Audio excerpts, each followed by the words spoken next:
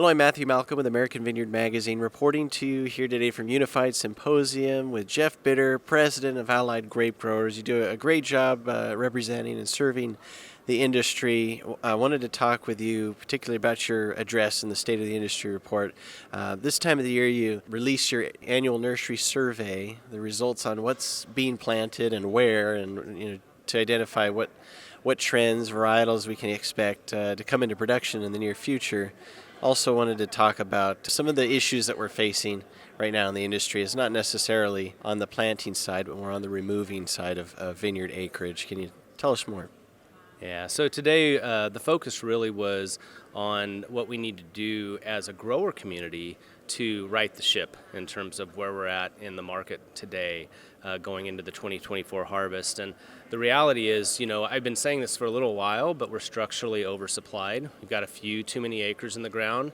We've had a few too many acres in the ground since 2019, 2020, when I first started calling for, the removal of some acreage. The reality is the three short crops kind of masked that, but all along that acreage was there. And so it's kind of manifested itself now with this most recent harvest of 23. We had a decent sized crop.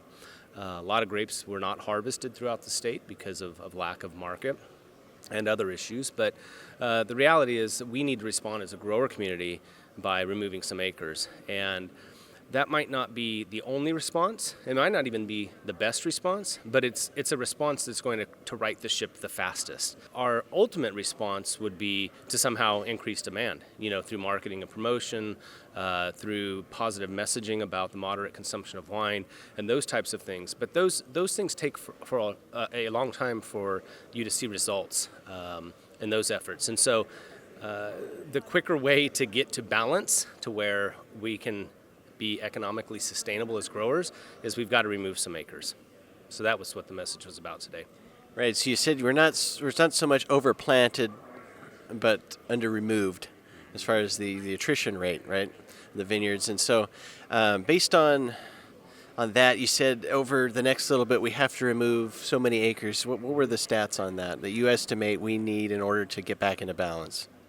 Well, if we removed a net acreage of 30,000 off of our current bearing acres, that would get us into balance. As far as I can tell from what our market capacity is based on demand. But really that means removing 50,000 acres because we have 20,000 new acres coming into production this year from past plantings. And we do each year in the coming years. So every year that goes by, we have another 20,000 coming into production. You have to consider that when you're talking about removal. So it sounds like a big number, 50,000 acres, but really we're talking about a net reduction of 30,000. We need to go from where we're at about 570,000 down to about 540 and find that new plateau at that level to be in balance with demand and then go forward. If the growth comes after that, fine, we'll plant more acres and we'll accommodate that growth. But in order to become in balance, for that to happen, we need those vineyard removals to come first. And as far as what we're seeing with the planting trends, what kind of varietals and areas are we seeing that are getting planted? Well, a lot of what we shared today was in some way much of what we shared in the past. Cabernet and Chardonnay continue to be the king and queen of varietal planting with almost 50% of all the vines planted last year. And we continue to plant mostly in the segments that end up going into $11 to $25 bottle wines. And that's primarily in the coastal regions, excepting Napa and Sonoma. So those are the areas where the planting has been concentrated and with varieties like Cabernet, Chardonnay, but also Pinot Noir and Sauvignon Blanc, which has really kind of emerged as a varietal that's been planted quite a bit more in the last 3 years or so. And so that's kind of what's hot in the planting world. But the reality is we don't need more red grapes, and that's one of the things we discovered when we looked at the numbers this year is that there's still a heavy concentration towards planting reds, and really the red market is probably much more out of balance than the white market, but we continue to see red grapes planted, and that's just going to cause the necessity for red grape removals on the back end as we go through time. So one of the other things we pulled out this year, the survey that was different or new, is we looked at varieties that had been growing over the last 3 years in terms of planting, And some of those include Syrah, Grenache, Mourvedre for what we think is actually rosé production, but they're own varieties. And so we kind of keyed in on that today and showed some extra stats on that. But the reality is, we're not planting, again, too many acres. We're just not removing enough on the back end to accommodate those new acres coming in. So looking at what needs to come out, you mentioned some breads, right? But also based on location, what are we looking at? Obviously the less productive acres, older acres that just need to be removed. I think a lot of farmers, especially in the Central Valley, are kind of scratching their heads and wondering, well, if I take this out and, 10 years ago, you could just say, I'll plant almonds and we'll make a good profit. But see where we are in the almond industry right now, things aren't feeling so good. So it's not as easy to just pull out one crop and put in something else. Because what else do we do right now? Because a lot of our agricultural markets are depressed right now.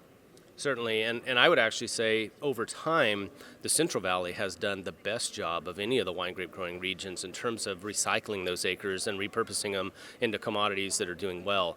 And outside of the fact that we have an oversupply statewide, the Central Valley has done the best job of actually kind of staying in balance through what has been a declining market for wines below $6 or $7, which is primarily made from the Central Valley. So we've kind of responded appropriately in the past, but in reality, we still need, again, more acres to come out to move down that acreage base.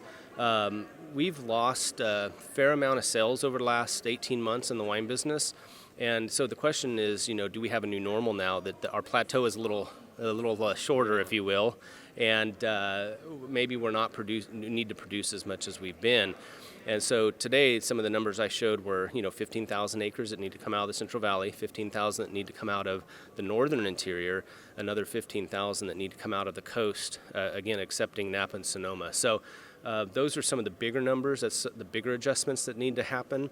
And if we were to do that, we would be in a much better position, supply and demand-wise.